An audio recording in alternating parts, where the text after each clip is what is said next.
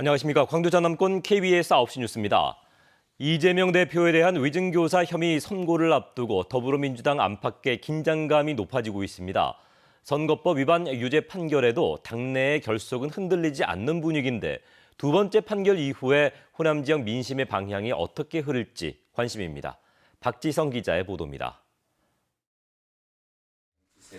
더불어민주당은 이재명 대표의 선거법 사건 판결에 대한 공세를 이어갔지만 두 번째 선고를 앞둔 당사자는 자세를 낮췄습니다.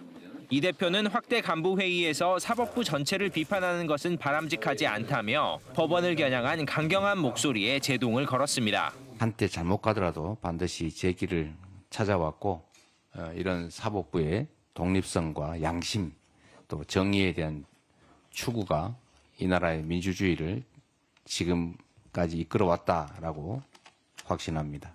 첫 번째 사법 리스크 관문에서 징역형 집행유예라는 예상 밖의 결과를 받아든 민주당은 당장은 흔들림 없는 대우를 유지하며 당의 결속을 보여주고 있습니다. 하지만 다음 주 예정된 위증교사 판결까지 기대 밖의 결과가 나올 경우 이 대표의 리더십은 타격이 불가피합니다. 판결 결과에 따라 당 안팎에서 이재명 대안론이 본격적으로 제기될 수 있기 때문입니다. 관건은 지지율 추이고 중요한 것은 호남 민심입니다. 실제로 이재명 대표의 공직선거법 1심 선고 이후 호남 민심의 흐름은 미묘하나마 변화가 감지되고 있습니다. 한국갤럽이 공개한 광주와 전남의 이번 주 정당 지지율을 보면 민주당은 49%로 지난주 대비 큰 변화가 없었지만 조국혁신당은 20%로 배 가까이 뛰었습니다.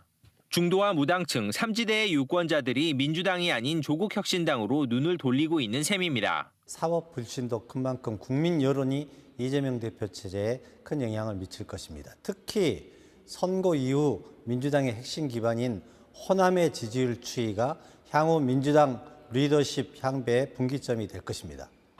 오는 25일 이재명 대표에 대한 위증교사 1심 선고에 이어 다음 달 12일에는 조국 대표에 대한 대법원 선고도 이어집니다.